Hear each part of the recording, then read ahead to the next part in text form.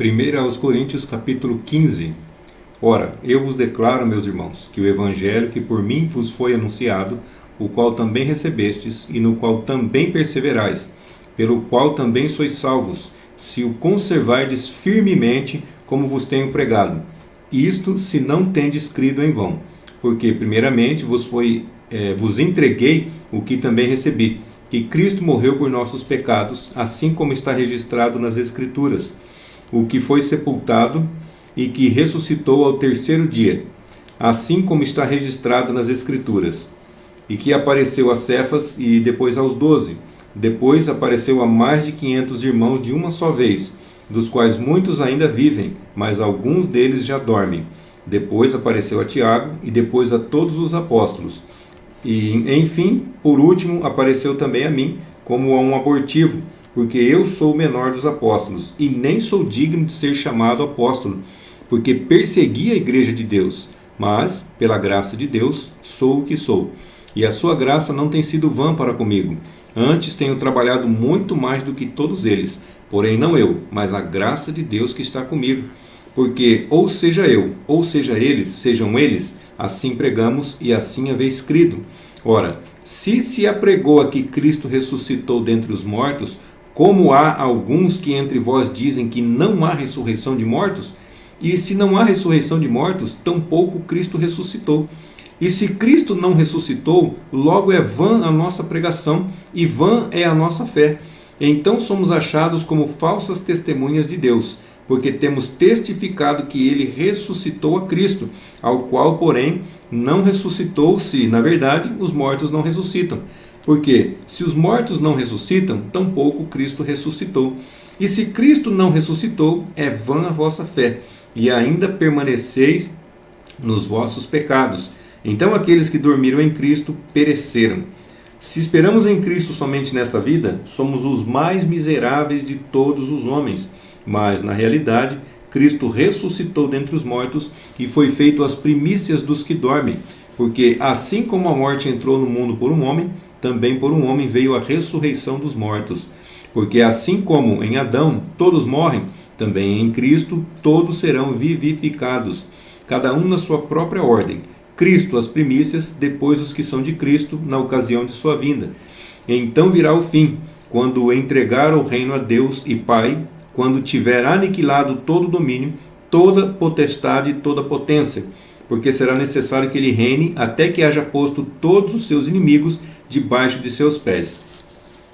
Ora, o último inimigo que será destruído é a morte, pois se lê, todas as coisas sujeitou debaixo de seus pés. Mas quando se diz, todas as coisas lhe foram sujeitas, é evidente que se excetua aquele que lhe sujeitou todas as coisas.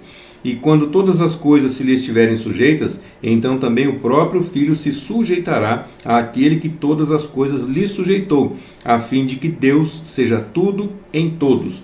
De outra maneira, que farão os que se batizam em lugar dos mortos? Se os mortos não ressuscitam, por que se batizam em lugar dos mortos? E por que nos expomos aos perigos a toda hora?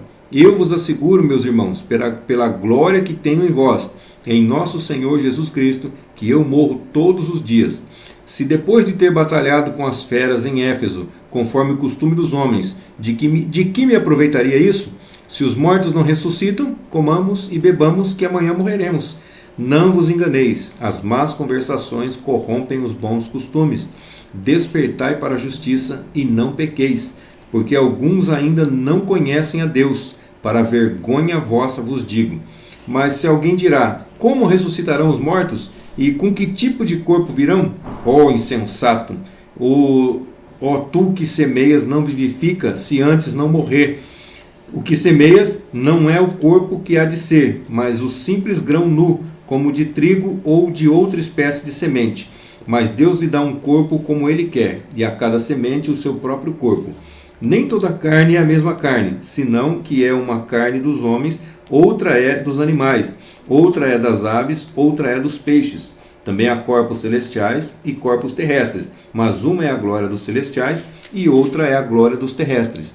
Uma é a glória do sol e outra é a glória da lua, e outra a glória das estrelas, porque uma estrela é diferente no esplendor de outra estrela. assim também é a ressurreição dos mortos. São semeados em corrupção e serão ressuscitados incorruptíveis. Semeia-se em desonra e ressuscitará em glória. Semeia-se em debilidade e ressuscitará em poder. Semeia-se em corpo animal, ressuscitará em corpo espiritual. Há corpo animal e há corpo espiritual. Assim também está escrito: o primeiro homem, Adão, foi feito alma vivente. O último Adão, espírito vivificante.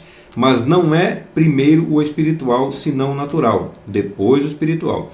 O primeiro homem da terra é terreno, o segundo homem, que é o Senhor, é do céu.